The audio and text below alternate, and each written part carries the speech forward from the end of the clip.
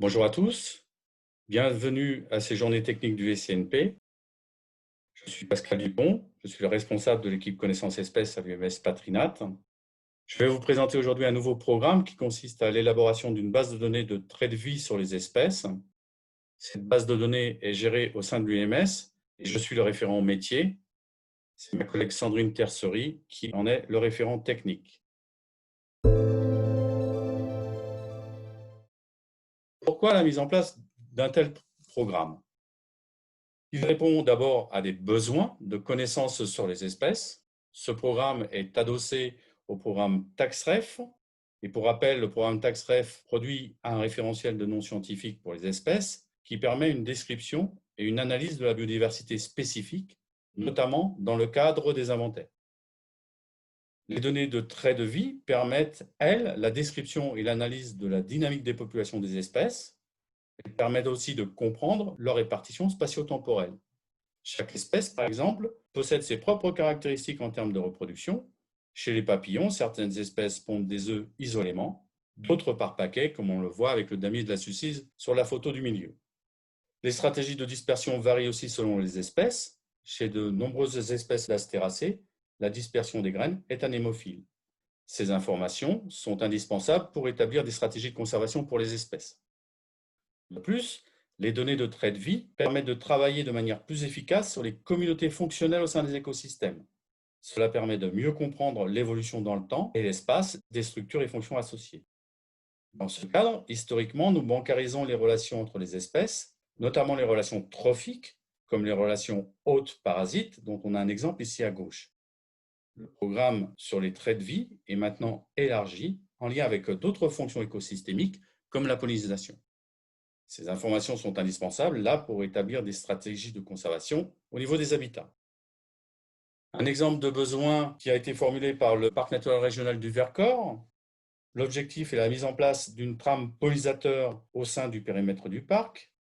Une modélisation de la connectivité a été réalisée à partir de données de traits de vie des espèces sur les capacités de déplacement des abeilles sauvages, des données sur les habitats riches en ressources trophiques et des données sur les habitats riches en sites d'onidification.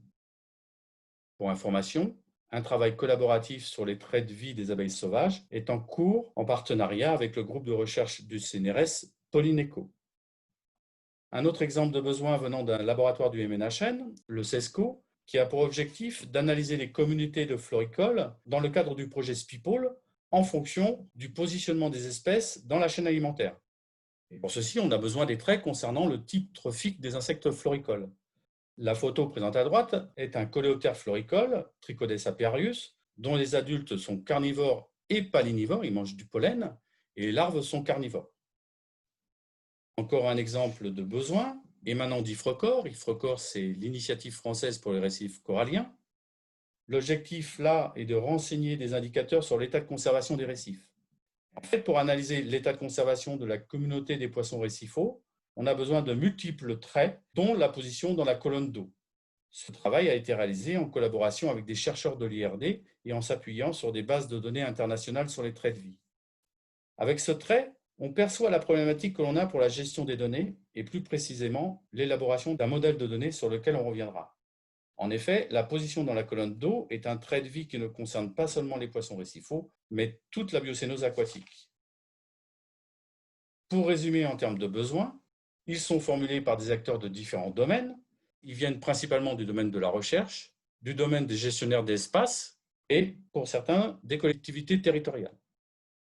Typiquement, les données de traits de vie peuvent aider à la décision pour l'élaboration d'un plan de gestion. Elles sont importantes et elles font partie du périmètre de données du SCNP. Le modèle de données associé aux traits de vie des espèces est unique pour l'ensemble du monde vivant. Un trait est vu comme un triplet comportant un sujet, une espèce, un prédicat, un descripteur d'une espèce, et un objet, un état de l'espèce pour un descripteur donné. Un exemple est donné ici avec Trichodes apiarius, dont on a parlé tout à l'heure, qui est carnivore au stade larvaire. Dans ce modèle de données, le prédicat est susceptible de renseigner un trait commun à toutes les espèces du référentiel taxonomique national. De plus, l'intérêt de ce modèle est qu'un trait peut devenir un sujet et cela permet de traiter différents niveaux d'information.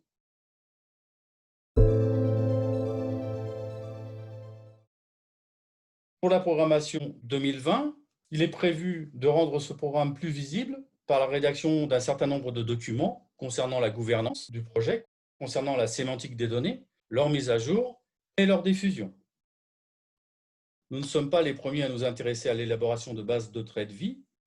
De nombreuses bases existent à l'international, mais sont toujours spécialisées sur un groupe taxonomique donné. L'objectif de ce programme n'est pas de refaire ce qui a déjà été fait par d'autres. Pour cela, il est nécessaire de mettre en place des liens d'interopérabilité entre nos propres bases de données et les bases de traits de vie internationales. Pour 2021, toujours, le processus que nous avons mis en place avec les partenaires sera formalisé par un cadre commun.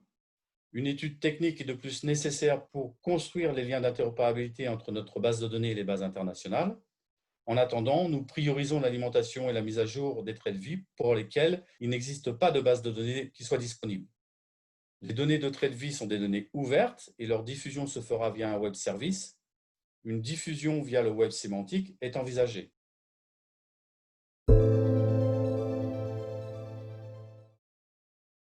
Vous pouvez poser vos questions et formuler vos remarques dans un document partagé et nous pouvons nous retrouver pour un échange sur le sujet de ma présentation le 17 décembre à 13 h. Je vous remercie.